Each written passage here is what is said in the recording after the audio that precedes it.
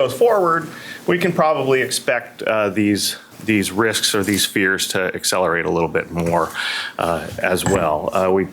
The yield curve and the interest rates are now getting a little bit worse again, and the reason that most analysts are pointing to would be the coronavirus and concerns about China. And that coronavirus is a legitimate risk, not so much in a purely accounting sense. If you're trying to add up how big the affected people and companies are as a size of the economy, that doesn't really, you can't really make an amount to much.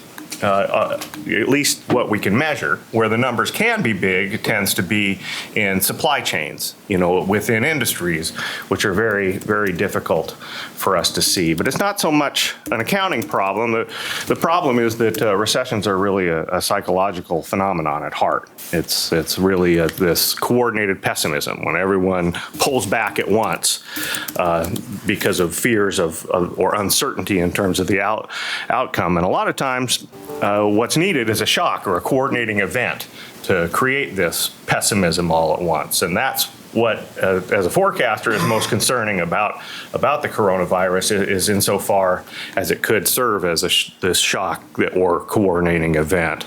Our last recession, we had the Lehman moment when, although Lehman was a huge financial service firm, in terms of the overall financial service industry, just a drop in the bucket from an accounting sense.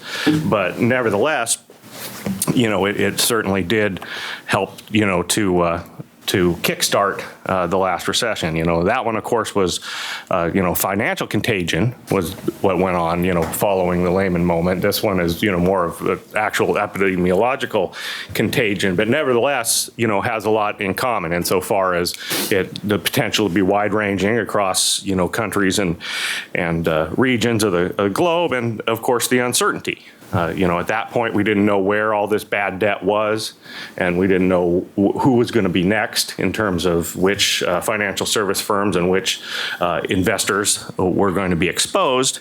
And here we're in the same sort of position where we're not exactly sure which supply chains and which industries are most at risk, and we don't know how far spread or where this will get us to.